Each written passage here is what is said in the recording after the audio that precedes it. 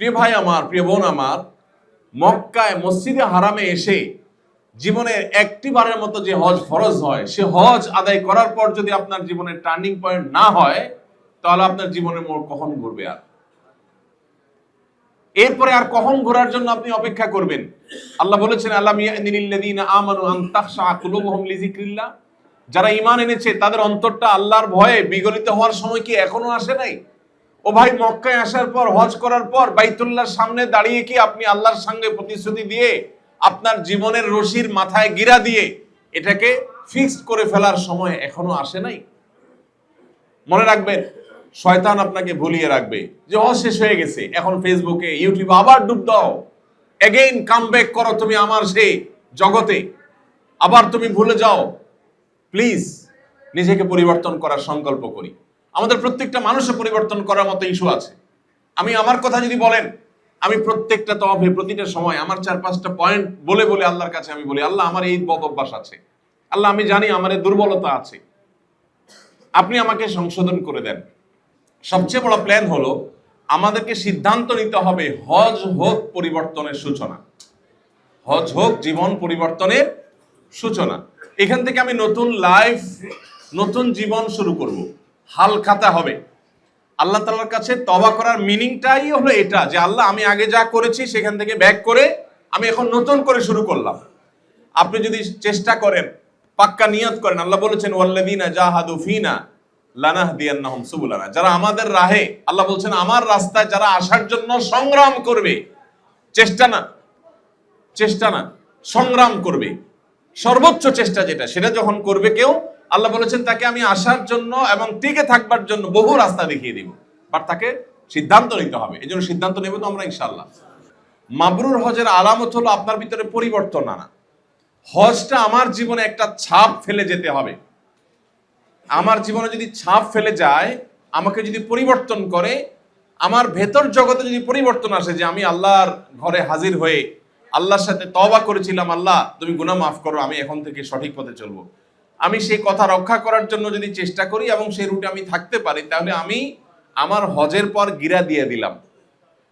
আর যদি আমি এরপরে আবার যেই লাউ সেই কদু হয়ে গেলাম, তাহলে গিরা আমি পাক দিয়া রশি ছেড়ে দিলাম, আবার আগের মতো হয়ে যাবে, ওই পাকগুলো কোনো কাজে আর লাগবে না। রব্বানা হাবলানা মিন আজওয়াজিনা ওয়া যুররিয়াতিনা কুররাতা আয়ুন। কি দোয়া! আল্লাহ, আমার জীবন সঙ্গী, আমার সন্তান সন্ততি, তারা যেন এমন হয়, তাদেরকে এমন করে দিন যেন আমার নয়ন জুড়িয়ে যায়। একটা শব্দ আপনি চিন্তা করেন, আল্লাহ শিখিয়েছেন দোয়া, আল্লাহ আমার জীবন সঙ্গী এমন সন্তান যেন এমন হয়, যেন আমার কি হয়, নয়ন জুড়ানো যায়, চক্ষু শীতল হয়। চক্ষু শীতল হওয়ার মানে কি কে বলতে পারে? নয়ন জোড়ানো বা চক্ষু শীতল করার মানে কি? মানে পারফেক্ট হওয়া। আপনি দোয়া করলেন, আল্লাহ আমার অনাগত সন্তান, স্ত্রীর গর্ভে থাকা সন্তান, সে যেন খুব হ্যান্ডসাম হয়, দেখতে অনেক সুন্দর হয়। হলো, কিন্তু তার ব্রেইনটা খারাপ হলো। আপনার নয়ন জোড়াবে? চোখ শীতল করবে? হৃদয় জোড়াবে? আবার খুব মেধাবী, কিন্তু সে বিকলাঙ্গ, তাও কি আপনার চক্ষু শীতল করবে? এই জন্য চক্ষু শীতল করার মানে হলো তাকে এমন করে দিন যে তার সব দিক থেকে সে পারফেক্ট হবে। এই জন্য আল্লাহর কাছে সন্তানদের জন্য দোয়া করবো, কারণ ফ্যামিলি যদি দিনদার না হয়, তাহলে আপনি একা দিনের উপরে চলা কঠিন হবে। আল্লাহ আমাদেরকে তৌফিক দান করুন। আমাদের খুব দুর্ভাগ্যজনক একটা পরিস্থিতি আমি প্রতি বছর দেখতে পাই, সেটা হলো আমাদের হাজিরা মিনাতে আরাফাত থেকে ফিরে এসে 10 তারিখে তওয়াফ সাই করে মিনা যে তাঁবুতে উপস্থিত হওয়ার পর ফিল হয় যে আমরা জান্নাতে ঢুকে গেছি। এরপর আর ওই আগের ফিলটা আর পাওয়া যায় না, হাজিদের হয়ে ভাবটা আর পাওয়া যায় না। এরপর আড্ডা ফাড্ডা, গল্প গুজব, তালবিয়া নাই, দোয়া নাই, জিকির নাই, কিচ্ছু নাই। অতএব আমি এখন ফ্রি হয়ে গেছি। তো এখন যারা মক্কায় যে কয়েকদিন আছেন, থাকবেন, আপনাদেরকে শয়তান এখন সবচেয়ে বেশি ব্যস্ত করে রাখবে হলো আড্ডাবাজিতে। এই জন্য মেহরবানি করে চ্যালেঞ্জ নেবেন যে আপনি হারাম শরীফে মন ভরে তওয়াফ এবং ইবাদতের সুযোগ এতদিন পান নাই, এখন সুযোগ তৈরি হয়েছে। এখন একটা তওয়াফে যে স্বাদ, যে তৃপ্তি, যে দোয়া আপনি করতে পারবেন, এতদিন সেটা পারেন নাই। কারণ এখন আস্তে আস্তে প্রতিদিনই মানুষ কমবে, বাড়বে না। এবং এই সুযোগটাকে আপনি যদি কাজে লাগাতে না পারেন তাহলে এর চাইতে দুর্ভাগ্যের জিনিস আর কিছু না। আপনি 12 মাসের আর অন্য কোনো সময় এই হারামকে এইভাবে ফ্রি পাবেন না যেটা এখন পাচ্ছেন। আপনি এখন যে কোনো পোশাকে ঢুকতে পারছেন, আপনাকে যে কোনো গেট দিয়ে ঢুকতে দিচ্ছে, বাধা দিচ্ছে না, ভেতরে খুব বেশি আপনার কড়াকড়ি তারা করছে না। এবং আস্তে আস্তে মানুষ কমতে কমতে আপনি যখন 10 তারিখে মদিনা যাবেন তার 2-3 দিন আগে, লাস্ট 2 দিন আপনি যে ফিলটা পাবেন মাতাফে গিয়ে, হারামে গিয়ে, আপনার দিলটা জুড়ে যাবে। তো ওই সময়টা শয়তান আপনাকে হারামের ইবাদতের তৃপ্তি থেকে বঞ্চিত করবার জন্য এখানকার খেফসার তৃপ্তি দিবে, শপিং এর তৃপ্তি দিবে, রুমমেটদের সাথে আড্ডা তৃপ্তি দিবে। আপনার চ্যালেঞ্জ হবে বেঁচে থাকার জন্য এগুলো দরকার আছে, আপনি একটু আড্ডা দেন রুমমেটের সাথে, একটু খেফসা খান, একটু শপিং করেন, কিন্তু সেটা একটা লিমিটেশন থাকবে। সেজন্য আমার তাহাজ্জুদ মিস করে না দেয়, সেজন্য আমার জামাতে নামাজ মিস করে না দেয়। আমি যেন নিয়মিত মসজিদে, এখানে হিজরা কি মসজিদে হিজরা পাইছেন সেখানে নামাজ পড়ে নিলেন, মনে সান্ত্বনা দিলেন যে মসজিদে হিজরা নামাজ পড়ে আসছে। আরে ভাই, হারামে নামাজ কখনো হিজরা নামাজের সমান হতে, হিজরার নামাজ কখনো হারামের নামাজের সমান হবে না। আপনাকে হারামে নামাজ পড়তে হবে। আর খবরদার রাস্তা নামাজ পড়বেন না। আপনি দেখেন সব হাজিরা করে, করুক, আমাদের হাজিরা করবে না। আমাকে দেখেছেন কেউ রাস্তা নামাজ পড়তে?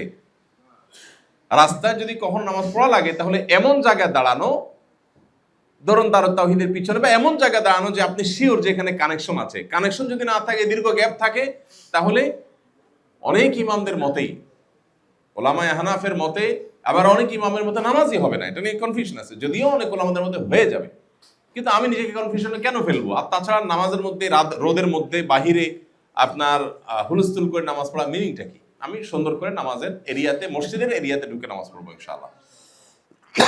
যারা এখানে থাকবেন ইনশাআল্লাহ, দিনে যদি একটা তওয়াফ না হয় তাহলে আপনি নিজের কাছে নিজেকে অপরাধী মনে করবেন। শরীয়ত আপনার জন্য ফরজ ওয়াজিব করে নাই, কিন্তু নিজের প্রতি নিজে আবশ্যক করে নেবেন যে আমি অবশ্যই একটা তওয়াফ দিনে যেন করতে পারি। সেটা ফজরে হোক, জোহরে হোক, আসরে হোক, মাগরিব হোক, এশায় হোক, তাহাজ্জুদে হোক। তাহাজ্জুদের সময় আপনি যদি, তাহাজ্জুদের সময় দোয়া কবুল হয় ভোর রাত, ওই সময় যদি আপনি তওয়াফে থাকেন তাহলে তওয়াফে দোয়া কবুল হয়। আবার তাহাজ্জুদ এমনি তো পারেন না ভিড়ের কারণে, তখন তো ভিড় কমবে। সো এই সুযোগটা আমরা পরিপূর্ণভাবে কাজে লাগাবার চেষ্টা করবো। আল্লাহ আমাদেরকে তৌফিক দান করুন। তাহলে এখানে যারা থাকবেন তাদের করণীয় বললাম, মদিনা যারা থাকবেন তাদের করণীয় বললাম। এরপরে যে বিষয়টি কথা বলতে চাই সেটা হলো, প্রিয় ভাইরা আমার, হজের মৌলিক কাজগুলো শেষ, বিদায়ী তওয়াফের জন্য আমরা সবাই অপেক্ষমান আছি। বিদায়ী তওয়াফও শেষ হয়ে যাবে। এরপর কি? মাজা বাদাল হজ, এরপরে কি? আল্লাহ তাআলা কোরআনে কারীমে বলেছেন, ওয়ালা তাকুনু কাল্লাতী নাকাদাত গাজলাহা মিন বাদি কুওয়াতিন আনকাসা। সে যুগে এই আরবের মেয়েদের অনেকের প্রফেশন হিসাবে তারা রশি তৈরি করতো। রশি, দড়ি যেটাকে বলি আমরা। তো মোটা রশি বা দড়ি, এটা সাধারণত পাক দিয়ে দিয়ে তৈরি করা লাগে না? তো আল্লাহ বলছেন কোরআনে যে তোমরা সেই নারীর মতো হইও না যিনি তার প্রফেশনাল অংশ হিসাবে দড়ি পাক দিতে থাকেন, সারাদিন পাক দিয়ে বিশাল দড়ি তৈরি করেছেন। তৈরি করার পর দড়িটা কমপ্লিট যখন হয়ে গেল, এখন কাজ হলো দড়িটার মাথায় গিরা দেওয়া। গিরা দিয়ে ফেললে তাহলে পাকগুলো থেকে যাবে। তো তোমরা সেই নারীর মতো হইও না যেই নারী সারাদিন দড়ি পাক দিয়ে গিরা না দিয়ে দড়িটা ছেড়ে দেয়। কথা কি বোঝাতে পারছি?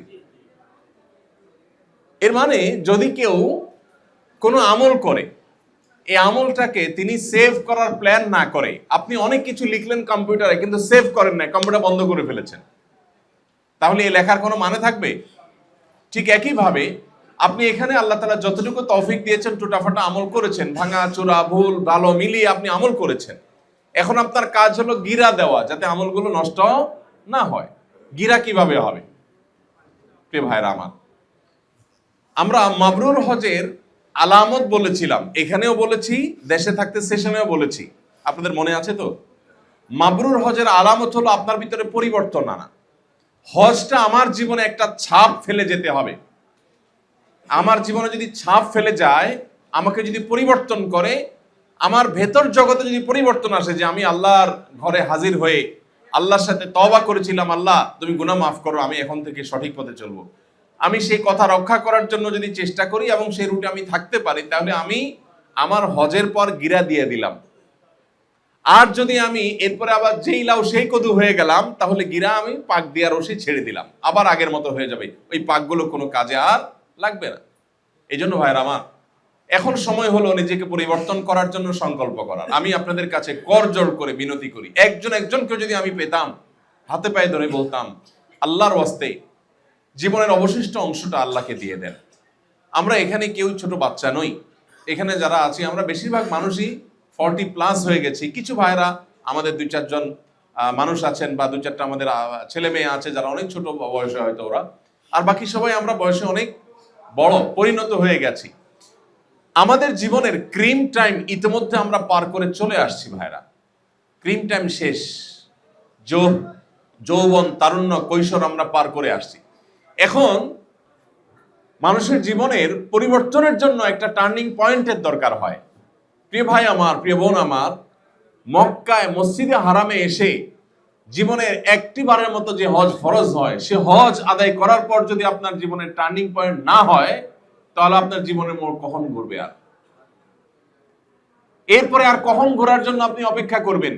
আল্লাহ বলেছেন আলাম ইয়ানিল্লাযীনা আমানু আন তাখশা কুলুবুহুম লিযিকরিল্লাহ, যারা ঈমান এনেছে তাদের অন্তরটা আল্লাহর ভয়ে বিগলিত হওয়ার সময় কি এখনো আসে নাই? ও ভাই, মক্কায় আসার পর, হজ করার পর বাইতুল্লাহর সামনে দাঁড়িয়ে কি আপনি আল্লাহর সঙ্গে প্রতিশ্রুতি দিয়ে আপনার জীবনের রশির মাথায় গিরা দিয়ে এটাকে ফিক্সড করে ফেলার সময় এখনো আসে নাই?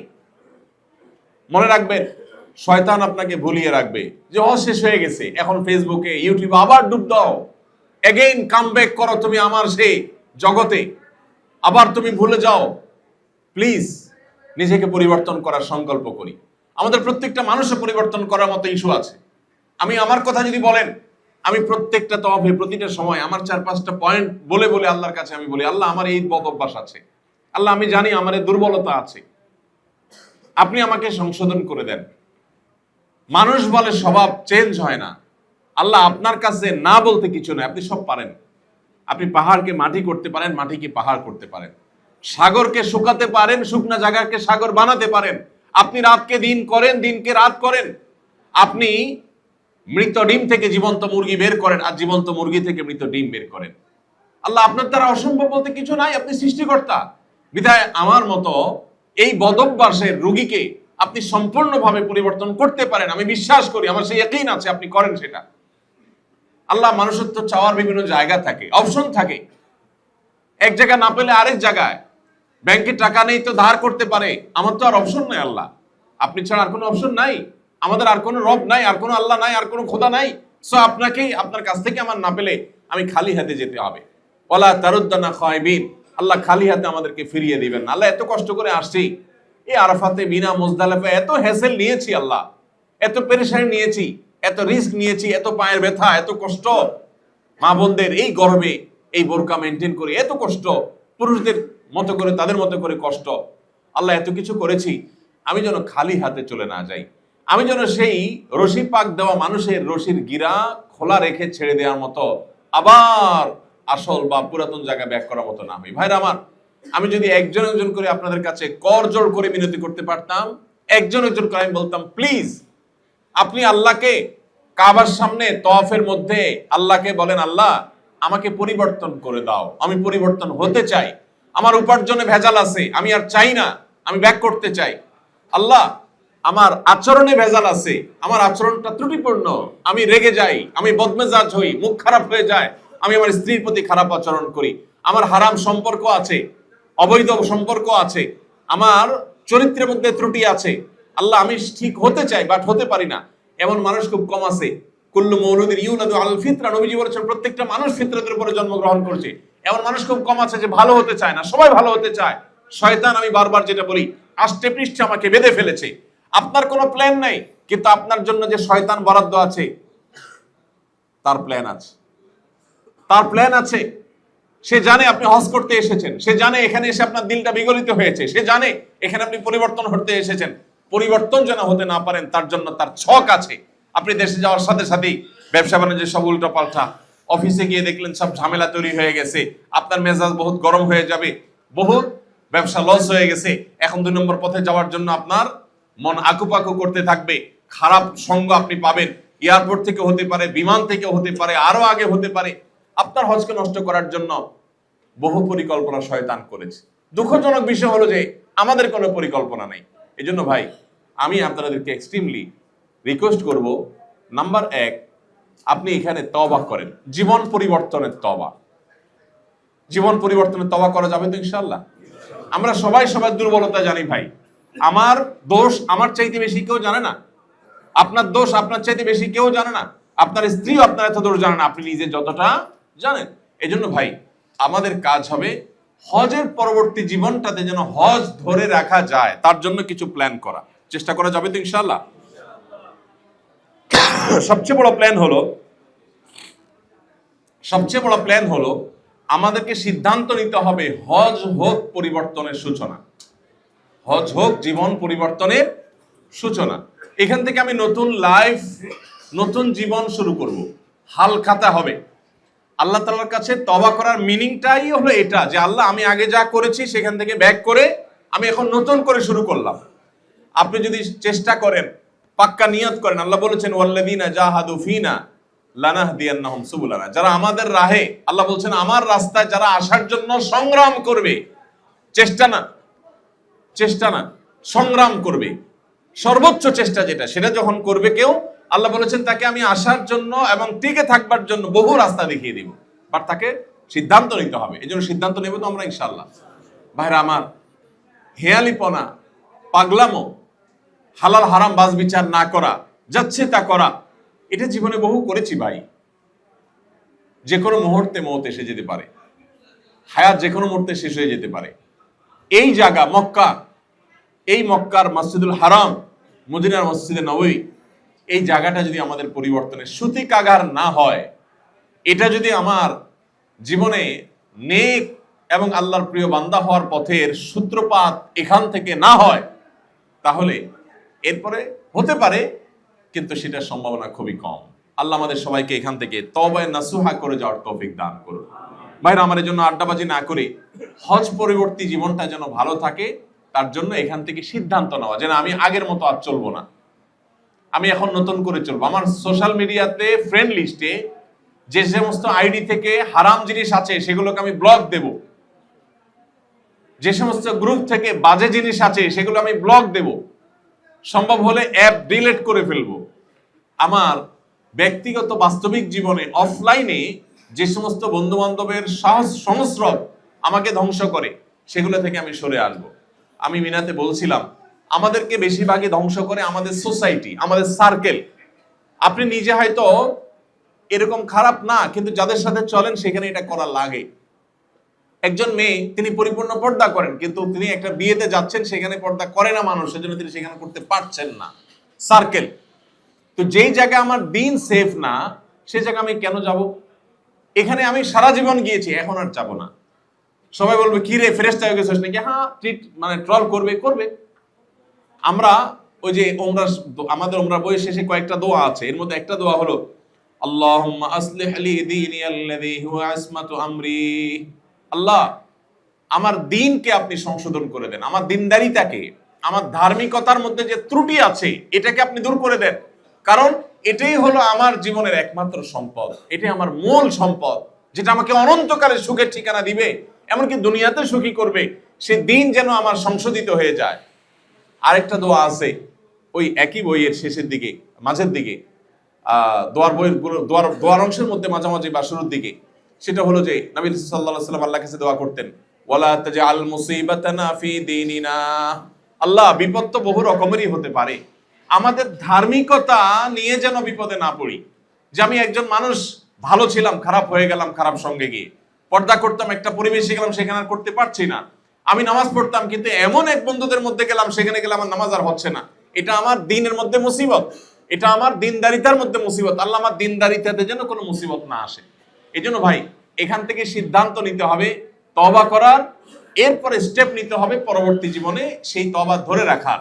স্টেপ নেওয়ার পাশাপাশি আল্লাহর কাছে দোয়া করে মঞ্জুর করাইতে হবে যে আল্লাহ, হজের আগের জীবন আর হজের পরের জীবনের মধ্যে যেন স্পষ্ট পরিবর্তন থাকে, তাহলে সেটা হজ্জে মাবরুর হিসেবে কাউন্ট হতে পারে, আলামত হিসাবে বিবেচিত হতে পারে। এর জন্য 1 নম্বর কাজ হলো আল্লাহর কাছে চোখের পানি ফেলে দোয়া করা, যেটা এখানেও করব, হজের পরেও করব ইনশাআল্লাহ। নাম্বার 2, দ্বীনি পরিবেশ বজায় রাখা। এটা যে কত গুরুত্বপূর্ণ সেটা বলার অপেক্ষা রাখে না। আপনি দেশে ব্যাক করার পর কিছু মানুষ দেখবেন মসজিদে সবার আগে নামাজে আসে, সবাই শেষে যায়। কিছু মানুষ দেখবেন কারোর পারতপক্ষে ক্ষতি করে না, কোল পারলে উপকার করে। কিছু মানুষ দেখবেন যে বিনম্র আচরণ করে, রূঢ় আচরণ করে না। কিছু মানুষ দেখবেন তারা সকল কল্যাণ কাজে অগ্রগামী থাকে, মন্দ কাজে তাদেরকে পাওয়া যায় না। পরিমাণে কম আছে, কিন্তু মানুষ আছে সব সমাজে।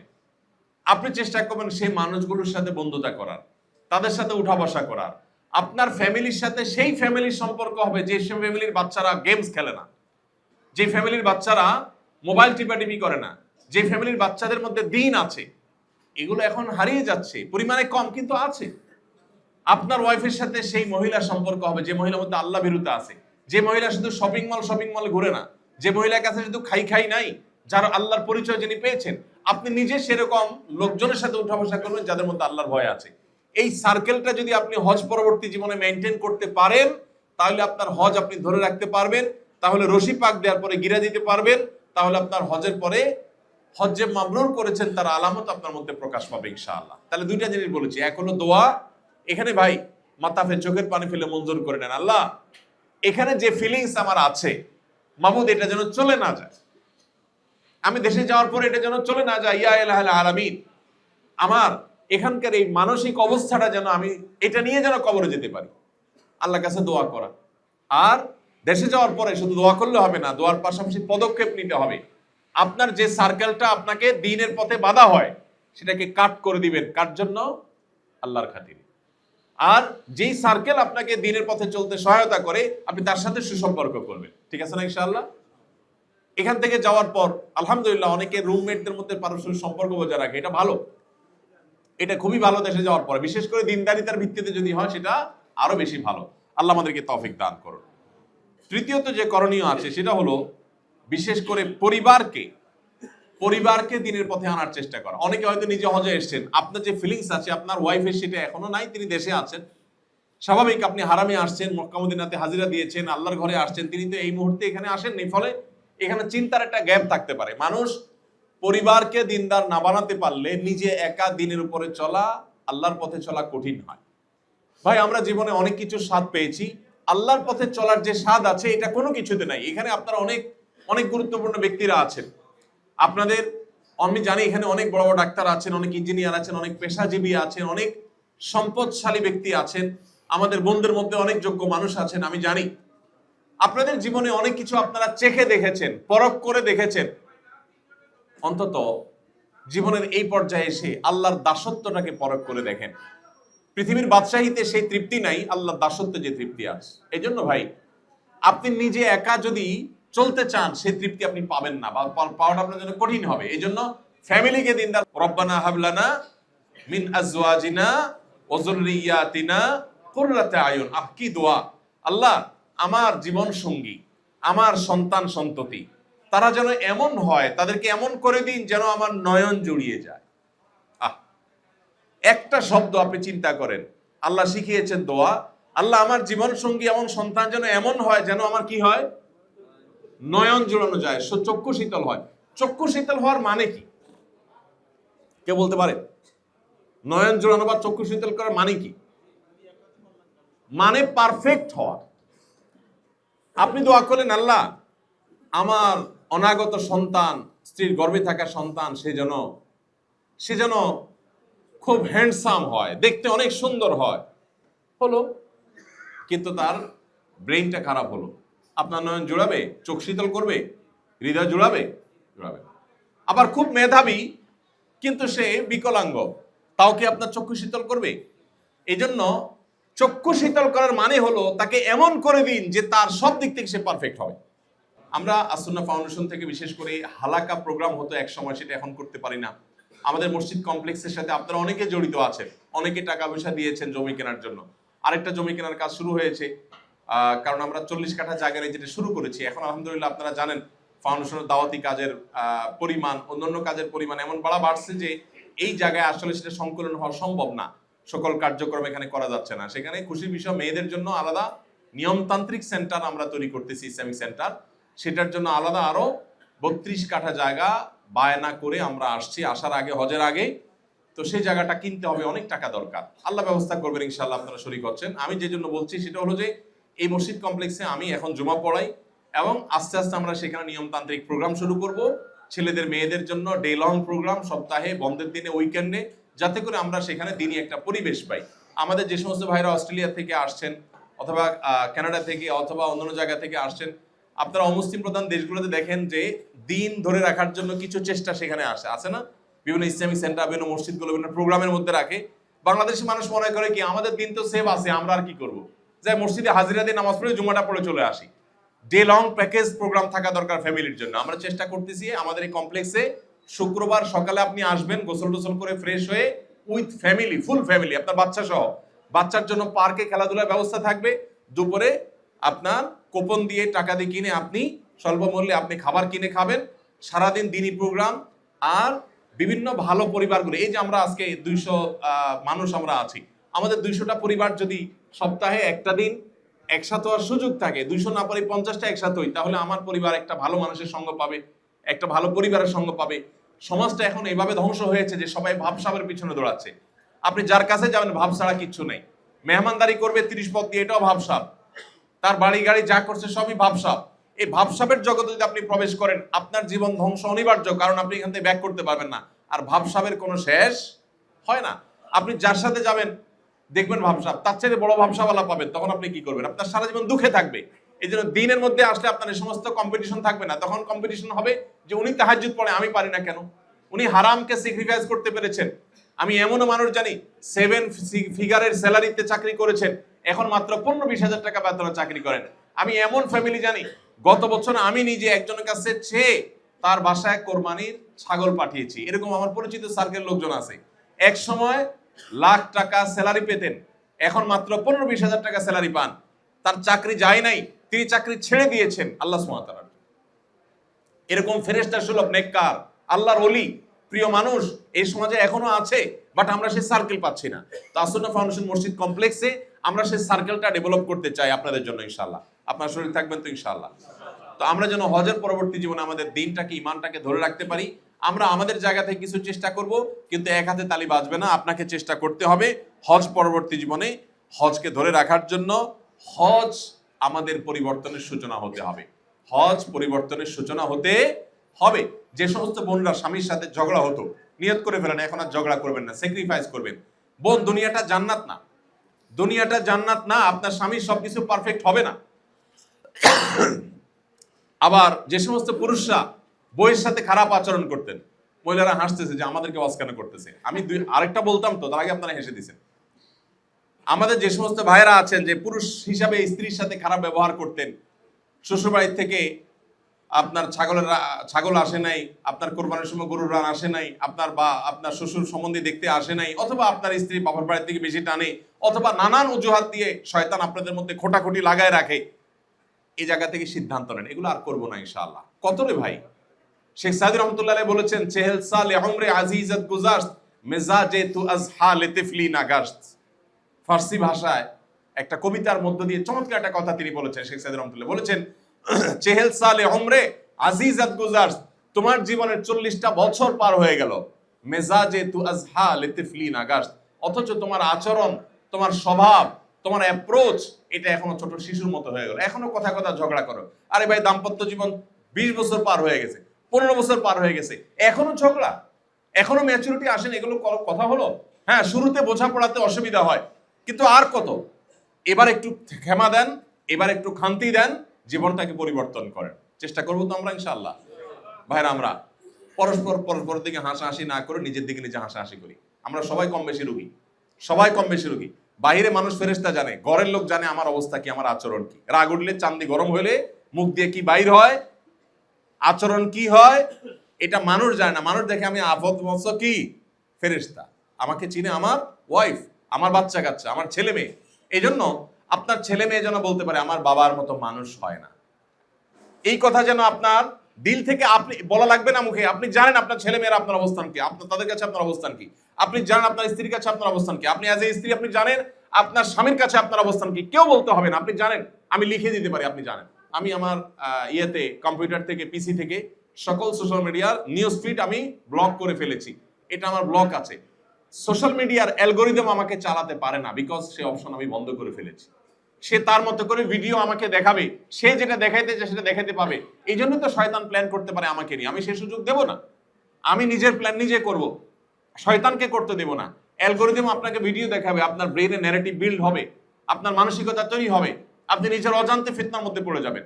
বললে অনেকে আছেন ঘন্টাকে ঘন্টা ইউটিউবে পড়ে থাকেন। শয়তান ধোকা দেয় কি বলে, যে স্বামীকে খুশি করার জন্য আমি ভালো একটা রান্নার রেসিপি দেখার জন্য ইউটিউবে ঢুকছি, কোন হুজুরের ওয়াজ শোনার জন্য ইউটিউবে ঢুকছেন ওয়াজ শোনার জন্য, এরপরে কত আওয়াজ চলে আসছে, কত অলিগলিতে চলে গেছেন, আপনি হারায় যাচ্ছেন। এই জন্য ভাই, মক্কার এই ময়দান থেকে আমার বাসায় একটা আসার আগে আমি একটা বাটন ফোন কিনেছি আমার ওয়াইফের জন্য। সে নিজে বলেছে যে আমাকে একটা বাটন ফোন দাও, এই আমি এটা থেকে মুক্তি চাই, আমাকে ফোনে কল দিবা, মেসেজ দেওয়ার দরকার নেই। কারণ এখানে আমার প্রয়োজনের চাইতে অপ্রয়োজনের সময় বেশি নষ্ট হয়, জীবনটা বরফের মতো গলে শেষ হয়ে যাচ্ছে, কবরের দিকে চলে যাচ্ছি। হাজার হাজার ঘন্টা ফেসবুক স্ক্রলিং ছাড়া কি নিয়ে যাচ্ছি আল্লাহর কাছে? হাজারো ঘন্টা ইউটিউব স্ক্রলিং ছাড়া কি নিয়ে যাচ্ছে? শত শত হাজার হাজার রিল দেখছি আমি, শর্ট দেখছি, কি মানেটা কি? রিলের প্রত্যেকটা রিলের ব্যাকগ্রাউন্ডে মিউজিক আছে, আমি হারামে লিপ্ত হচ্ছি। আমি তো চুরি করি না ভাই, আমি তো মদ খাই না, আমি তো জেনা করি না, আমি তো মানুষ খুন করি না, আমি তো ডাকাতি করি না, মেজর বড় বড় গুনাহগুলো আমি করি না। কিন্তু কিছু গুনাহের আষ্টেপৃষ্ঠে আমি বাধা আছি, সেগুলোর মুখ যদি আমি বন্ধ করে দিতে পারি, আমি ফেরেশতা হয়ে যেতে পারবো ইনশাআল্লাহ। আপনি ফিল করবেন আল্লাহর সাথে আপনার কথা হচ্ছে, আপনার দোয়া কবুল হচ্ছে, আপনি মুস্তাজাবুদ দাওয়া হচ্ছেন। এজন্য ভাই, মক্কা থেকে আসুন, আমরা পরিবর্তনের সংকল্প করি, চেষ্টা করা যাবে না ইনশাআল্লাহ ভাই? নিজের বদ অভ্যাসগুলোকে আপনি মোবাইলে একান্ত লক করা একটা নোটে লিখে ফেলেন, যে আমার মধ্যে যাই করি মানুষকে জাহির করার, গল্প দেওয়ার, ভাব ধরার একটা স্বভাব আছে, এটা খারাপ।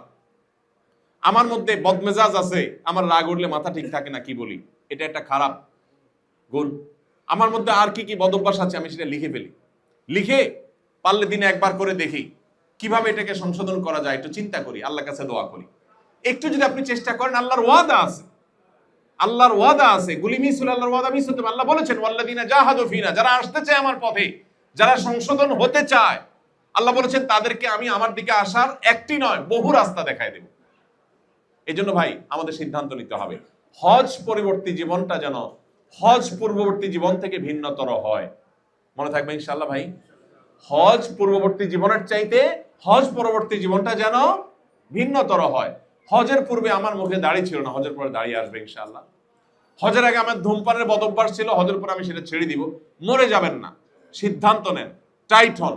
হজের আগে আমি সোশ্যাল মিডিয়াতে ঘন্টায় ঘন্টা সময় দিতাম, এখন আমি লিমিটেড টাইম দেই, আর না হলে এটা থেকে বের হয়ে আসছি। মরে যাবেন না, আপনি পৃথিবীতে আপডেটেড থাকতে চাচ্ছেন, এটা শয়তানের ধোকা। আপডেটেড না থাকলে কি হবে? আমার মোবাইলে সোশ্যাল মিডিয়া নাই, ফেসবুক, ইউটিউব নাই, তো আমি কি আপনার চাইতে কম আপডেটেড মনে হয়? আপনাদের অনেকের চাইতে অনেক কম আপডেটেড, কিন্তু অনেকের চাইতে বেশি আপডেটেড আমি, আলহামদুলিল্লাহ। আমাদের ওই যে কিডনির একজন ডাক্তার, স্বাধীনতা পদক প্রাপ্ত কি যেন, ডাক্তার কামরুল ইসলাম সাহেব, অনেক কিডনি স্থাপন করেছেন, ভালো মানুষ হিসেবে মানুষ জানে সমাজে, তাই না? আল্লাহ ভালো জানেন, আমরা ভালো মানুষ হিসেবে জানি, সমাজে মানুষ জানে। ওনার একটা বক্তব্যে, আমি ঢাকা মেডিকেল কলেজে আমারও বক্তব্য ছিল, আমার আগে উনি বক্তব্য দিয়েছেন, তো আমি ওনার বক্তব্যের 2-3 মিনিট শোনার সুযোগ পেয়েছি। তো উনি একটা কথা বলছিলেন, দেখলাম আপনার ঢাকা মেডিকেল স্টুডেন্টদেরকে বলছে, বাবারা তোমরা সবাই আজকাল নেটে কানেক্টেড আছো, তোমরা জগতের কি হয় সবার আগে আপডেট পাও। উনি একটা বাটন ফোন বের করে বলল, আমার এই বাটন ফোন ছাড়া কোনো নেট কানেকশন, ফেসবুক আইডি কিচ্ছু নেই, কম্পিউটারেও নাই, মোবাইলেও নেই। তোমাদের কি মনে হয় মেডিকেল সায়েন্সের আপডেট তথ্য তোমাদের চেয়ে আমার কম জানা আছে? আমি চ্যালেঞ্জ করতে পারি তোমাদের চেয়ে আমার বেশি জানা আছে। শয়তান এটা আমাদেরকে মিথ্যা কথা বলে যে সোশ্যাল মিডিয়ার সাথে কানেক্টেড না থাকলে আমি আপডেটেড থাকবো না, এটা মিথ্যা কথা। শয়তান মিথ্যাবাদী, আল্লাহ কোরআনে বারবার করে আমাদেরকে বলেছেন শয়তান যে আমাদেরকে মিথ্যা ধোঁকা দেয়। এজন্য ভাই, শয়তানকে পরাভূত করার সিদ্ধান্ত নিয়ে যদি আমরা হজ সমাপ্ত করি, আল্লাহর উপরে ভরসা করে হজটা মাবরুর হয়েছে ধরে নিতে পারবো ইনশাআল্লাহ। আমরা পরিবর্তনের সিদ্ধান্ত নেব তো ইনশাআল্লাহ? পরিবর্তনের জন্য পুরো ফ্যামিলিকে দ্বীনি পরিবেশে আনতে হবে। আমরা সুন্নাহ থেকে সংগ্রাম করে যাচ্ছি, কিভাবে আপনাদের জন্য সেই পরিবেশ তৈরি করা যায় যেখানে আসলে পরিপূর্ণভাবে পুরো দিন পুরো ফ্যামিলিতে মেইনটেইন করতে পারবেন, পুরো ফ্যামিলি কিভাবে চালাতে পারবেন। আমরা ফাউন্ডেশনের যে অডিটোরিয়াম করেছি, আপনারা যেখানে হজের ট্রেনিং নিয়েছেন, সেখানে আমরা বিভিন্ন পেশাজীবীর জন্য সারা বছর প্রোগ্রাম করছি। অচিরেই আপনাদের জন্য প্রতি সপ্তাহে হালাকা থাকবে, সপ্তাহে একটা দিন একটা পরিবেশে পুরো ফ্যামিলি আসতে পারবে ইনশাআল্লাহ। মসজিদ কমপ্লেক্সের বাইরে এটা আলাদা আলাদা প্রোগ্রাম ইনশাআল্লাহ। তো আপনাদের কাছে দোয়া দরকার, আল্লাহ যেন আমাদেরকে সেগুলো তৌফিক নসিব করেন। ভাইরা আমার, আর কথা বাড়াতে চাই না, আমি শুধুমাত্র শেষ আপনাদের কাছে যে আবেদন রাখতে চাচ্ছি সেটা হলো যে আমরা যেন হজ ধরে রাখতে পারি, হজ যেন হয় আমাদের পরিবর্তনের সূচনা, এবং সর্বশেষ একটা পয়েন্ট আমি বলবো, সেটা হলো যে কোনো নেক আমলের পর দুটি আমল করতে হয় এক্সট্রা, ওই আমলগুলোর পরিপূরক হিসাবে, সম্পূরক আমল হিসাবে দুটি আমল করতে হয়। এই যে বাইতুল্লাহ দেখতে পাচ্ছি আমি, আপনারা যে দুরুদ পড়েন নামাজের মধ্যে, দুরুদ অথবা তাওয়াফের সময় দুরুদ পড়েন না, আল্লাহুম্মা সাল্লি আলা মুহাম্মদ ওয়া আলা আলি মুহাম্মদ কামা সাল্লাইতা আলা ইব্রাহিম ওয়া আলা আলি ইব্রাহিম। এত নবী রাসূল, লক্ষাধিক নবী রাসূল, সংখ্যা আল্লাহ ভালো জানেন। এই যে হাজার হাজার লাখো নবী রাসূল পৃথিবীতে এসেছেন, এর মধ্যে একজন নবী, আমাদের নবী মুহাম্মদ সাল্লাল্লাহু আলাইহি সাল্লাম ছাড়া আর একজন নবীর জন্য আমরা নিয়মিত দোয়া করি, তার নাম কেন? এত নবী রাসূল থাকতে আমরা একজনের জন্য বিশেষ করে দোয়া কেন করি? এর অনেক কারণ আছে। এর ভিতরে একটা হলো, আমরা, আমাদের নাম যে মুসলিম, এটা যে আমাদের পরিচয়। আল্লাহ কোরআনে বলেছেন হুয়া সাম্মাকুমুল মুসলিমিন, তিনি তোমাদেরকে মুসলিম নাম দিয়েছেন। তিনি 4500 বছর আগে পৃথিবী থেকে চলে গেছেন, তখন তিনি স্বপ্ন দেখেছেন, তিনি দোয়া করেছেন রব্বানা ওয়াবআস ফীহিম রাসূলা, আল্লাহ আমার বংশধরের মধ্যে একজন রাসূল পাঠান, আমি চাই এমন একজন রাসূল পাঠান যিনি বিশ্ব মানবতাকে আল্লাহর কোরআন পড়ে শোনাবে, তাদেরকে আল্লাহর ওহীর জ্ঞান দিবে এবং তাদেরকে পরিশুদ্ধ করবে এবং ওয়ায়ুআল্লিমুহুল কিতাব ওয়াল হিকমা, তাদেরকে কিতাব এবং হিকমা, ওহীর ইলম শিক্ষা দান করবে। রব্বানা ওয়াবআস ফীহিম রাসূলাম মিনহুম ইয়াতলু আলাইহিম আয়াতিহি, আল্লাহর আয়াত নিদর্শনগুলো পড়ে শোনাবে, আল্লাহর আয়াতগুলো পড়ে শোনাবে এবং তাদেরকে পরিশুদ্ধ করবে, খারাপ মানুষকে ভালো মানুষে পরিণত করবে, আর কোরআন এবং হিকমা সুন্নাহ শিক্ষা দিবে। এই 3 গুণ বিশিষ্ট একজন রাসূল পাঠান। এই দোয়া করেছেন 4.5 বছর আগে কে? ইব্রাহিম আলাইহিস সালাম। আল্লাহ কোরআনে বলেছেন লাকাদ মান্নাল্লাহু আলাল মুমিনিন, সম্ভবত না, আল্লাহ ঈমানদারদের প্রতি নবী দোয়া করে, ইব্রাহিম আলাইহিস সালাম দোয়া করেছেন, আল্লাহ বলেছেন সেই দোয়া কবুল করে তিনি ঈমানদারদের উপর অনুগ্রহ করে মুহাম্মদ সাল্লাল্লাহু আলাইহি সাল্লামকে সেই রাসূল হিসেবে, সেই দোয়ার প্রতিফলন হিসেবে পাঠিয়েছেন। তাহলে ইব্রাহিম আলাইহিস সালাম আমাদের স্বপ্নদ্রষ্টা ছিলেন, তিনি আমাদের নামকরণ করেছেন, তার সাথে আমাদের রিলেশনটা অনেক গভীর। আমরা এখানে যে মক্কা এসেছি, এই সাফা পাহাড়, এই সাফা পাহাড় তিনি ইব্রাহিম আলাইহিস সালাম তার স্ত্রী হাজারকে, দুধের শিশু ইসমাইলকে সহ রেখে গিয়েছিলেন। এই সেই সাফা পাহাড় যেখানে দাঁড়াই আমার সেই অনুভূতি জেগে উঠে কিনা। এই সে মারোয়া, যে সাফা থেকে মারোয়া হাজার আলাইহিস সালাম 7 বার চক্কর দিয়েছেন, বাচ্চার পানির জন্য হাহাকার করেছেন। এই কাবা, সেই কাবা যেটা ইব্রাহিম আলাইহিস সালাম তার ছেলে ইসমাইলকে সাথে নিয়ে জোগালি হিসাবে নিজে হাতে তৈরি করেছিলেন। এই সেই মিনা, যে মিনাতে নিজের ছেলেকে আল্লাহর নির্দেশে কোরবানি করতে নিয়ে গেছেন। আমাদের এখন ছেলে কোরবানি করতে হয় না, আমার শুধুমাত্র হারামকে কোরবানি করতে হবে, হারাম জিনিস দেখাকে কোরবানি করতে হবে, হারাম জিনিস শোনাকে কোরবানি করতে হবে। কোনো মিউজিক শুনবে না, কোনো হারাম গান আমি শুনবো না, কোনো হারাম ভিডিও, কোনো ফিল্মের ভিডিও ক্লিপ, কোনো নাটকের ক্লিপ যেটা আমার ঈমান নষ্ট করবে, আমল নষ্ট করবে, চোখের গুনাহ হবে, কানের গুনাহ হবে, এগুলোকে কোরবানি করতে হবে। ইব্রাহিম আলাইহিস সালাম ছেলে কোরবানি করেছেন, আমার এত বড় কোরবানি করতে হবে না, আল্লাহ আমাকে সে নির্দেশ দেন নাই। আল্লাহ আমাকে নির্দেশ দিয়েছেন ছোট কোরবানি করা। ইব্রাহিম আলাইহিস সালামের স্মৃতি এই মক্কা মদিনায়, এই মিনা মুজদালিফা আরাফাতের পরতে পরতে, পদে পদে, কদমে কদমে জড়িয়ে আছে, তাকে অনুভব করতে হবে। ইব্রাহিম আলাইহিস সালাম সম্পর্কে আমাদের 1 ঘন্টার একটা বক্তব্য আছে, একটা পূর্ণাঙ্গ লেকচার আছে, যেখানে তার পুরো জীবনী, তার অবদানকে আমরা তুলে ধরার চেষ্টা করেছি। কোরআনে দীর্ঘ একটা সূরা আছে, নাম হলো সূরা ইব্রাহিম। আপনি সেটা ইউটিউব থেকে শুনে নিতে পারেন যদি সুযোগ থাকে। ইব্রাহিম আলাইহিস সালামকে আপনি এখানে অনুভব করবেন অবশিষ্ট দিনগুলোতে। এবং এই ইব্রাহিম আলাইহিস সালামের কথা এই জন্য আনলাম, এই কাবা নির্মাণ করার পর, এই বাইতুল্লাহ নির্মাণ করার পর ইব্রাহিম আলাইহিস সালাম আল্লাহর কাছে বলেছিলেন, কি বলেছেন? রব্বানা তাকাব্বাল মিন্না ইন্নাকা আনতাস সামিউল আলিম। আল্লাহ, আমরা বাপ বেটা মিলে এই যে আপনার ঘর বানিয়েছি, খুব লক্ষ্য করেন, বানানোর পর দোয়া করেছেন আল্লাহ আপনি এটাকে কবুল করে নেন। কবুল করা মানে কি? আপনি আমাকে একটা গিফট দিলেন, আপনি আমাকে একটা গিফট দিলেন, গিফটে আমি খুব খুশি মনে অ্যাকসেপ্ট করলাম, আমার কাজে লাগলো, আমি কবুল করলাম। আর হলো আপনি গিফট দিয়েছেন, ঠিক আছে, বাট এটা আসলে আমার খুব একটা কাজে লাগবে না, আমি নিলাম, নি আরেকজনকে দিয়ে দিলাম, বা আমি নিলাম না। এই দুইটার ভিতরে আসমান আর জমিন পার্থক্য আছে না? দুইটাই তো দেওয়া হলো, কিন্তু দুই দেওয়া তো মিনিংফুল হলো না, তাই না? আল্লাহর কাছে কবুল হওয়ার মানে হলো আল্লাহ সেটা অ্যাকসেপ্ট করে নিয়েছেন, আর আল্লাহ অ্যাকসেপ্ট করে নেওয়ার মানে আছে। তো তিনি বাইতুল্লাহ নির্মাণের পরে বলেছেন আল্লাহ আমরা বাপ বেটা তো বানাইছি, আপনি এটাকে অ্যাকসেপ্ট করে নেন, আপনার করে নেন, আপনি গ্রহণ করে নেন, বুঝে নেন।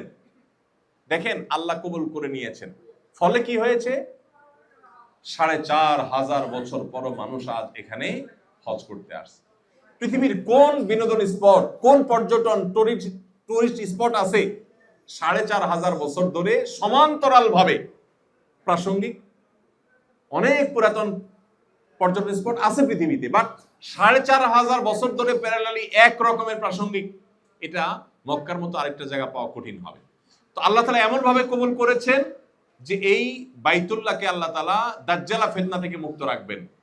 এই বাইতুল্লাহর হারাম এরিয়াতে নামাজকে 1 লাখ রাকাতের ঘোষণা দিয়েছেন।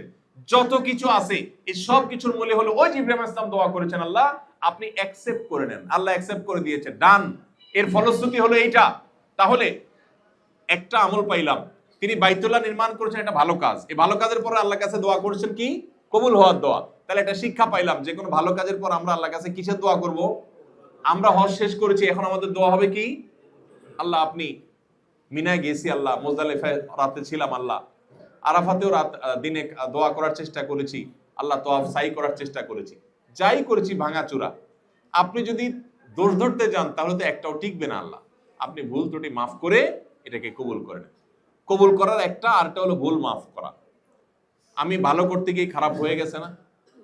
হ্যাঁ, হারামে তোয়াফ করার সময় আপনি লক্ষ্য করেছেন যে কারোর পায়ে জুতা আছে, উনি হেঁটে যাচ্ছেন, তার জুতা অন্য কারোর পায়ের উপর হালকা একটু লেগেছে, হালকা চামড়ার উপর লেগেছে, লোকটা আহ করে উঠছে, কিন্তু যিনি যাচ্ছেন তিনি হয়তো খেয়াল করেননি, তিনি হেঁটে চলে গেছেন, তিনি জানেনও না পেছনে কেউ একজন ব্যথা পেয়ে আহ করেছে। কোথায়? মাতাফে বসে। হয় না এটা আমাদের দ্বারা ভাই? তো আপনার আমার দ্বারা এরকম হয়েছে ভাই। আমি হয়তো বের হতে গিয়ে কারো গায়ে ধাক্কা লেগে তিনি পড়ে ব্যথা পেয়েছেন, আমি জানিও না। হতে পারে না এরকম? বরং এরকম হয়েছে মাস্ট। তাহলে দ্বিতীয় দোয়া হবে, প্রথম দোয়া হলো আল্লাহ আমার হজকে, আমার এই আমলগুলোকে, দোয়াগুলোকে কবুল করে নাও।